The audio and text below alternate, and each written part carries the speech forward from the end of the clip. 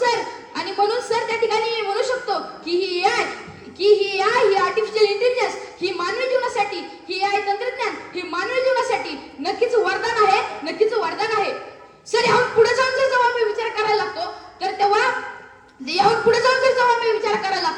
तेव्हा ही AI खऱ्या अर्थानं नुसतं शेतीमध्ये नाही तर आणखी खऱ्या अर्थानं विज्ञानामध्ये आणि रुग्णाला बरं करण्यामध्ये देखील त्या खऱ्या अर्थानं तिथं आपल्याला पुढे दिसते.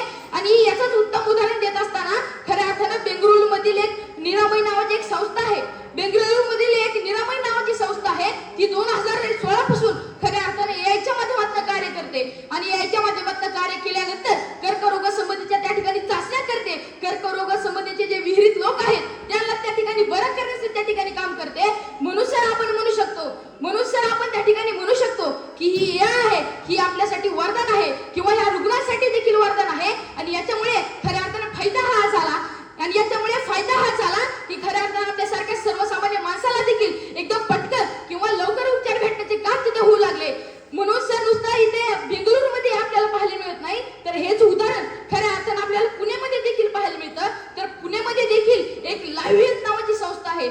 ती पुण्यामधील लाईव्ह हेल्थ नावाची संस्था काय करते तर त्या पुण्यामधील लाईव्ह हेल्थ नावाच्या संस्थेत होतं काय तर त्या ठिकाणी ती उपचार आपले साधे जे रोग असतात त्यांचा उपचार करते. अगदी आयुर्वेदिक आणि नैसर्गिक पद्धतीने त्या ठिकाणचा उपचार करते. आणि खऱ्या अर्थाने AI ती माहिती फॉरवर्ड करते. आणि AIला माहिती फॉरवर्ड केल्यानंतर AI त्याच्यावरती उपचार काय करायचा किंवा AI त्याच्यावरती उपचार काय करायचा हे त्या ठिकाणी त्या संस्थेला सांगते. आणि ती संस्था त्याच्यावर अंमलबजावणी करते. आणि या संस्थेने त्या ठिकाणी त्याच्यावर अंमलबजावणी केल्यानंतर आणि त्या संस्थेने त्या ठिकाणी त्याच्यावरती अंमलबजावणी केल्यानंतर खऱ्या अर्थाने आपल्यासारखे सर्वसामान्य लोक तिथं आपल्याला बरं होताना पाहायला मिळतात. आपल्यासारखीच सर्वसामान्य लोक त्या ठिकाणी ठीक होताना आपल्याला पाहायला मिळतात. म्हणून सर आपण नक्कीच म्हणू शकतो की हीच कृत्रिम बुद्धिमत्ता हीच AI खऱ्या अर्थानं आपल्या मानवी जीवनासाठी खऱ्या अर्थानं वरदान आहे.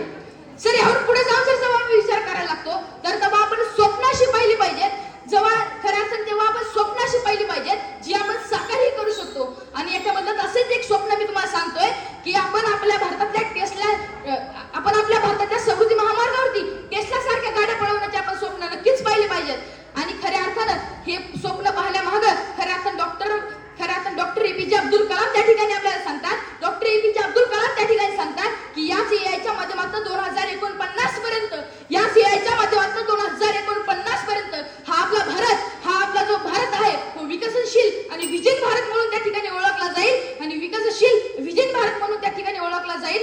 आणि मित्रांनो आता एक प्रतिस्पर्धक त्या ठिकाणी माझा म्हणून गेला की याच AI मुळे लोकांचे फोटो किंवा पोस्ट त्या ठिकाणी चुकीचे फोटो त्या व्हायरल केले जातात. म्हणून तेव्हा मी म्हणू शकतो की याच्यामध्ये AIची काही चुकी नाही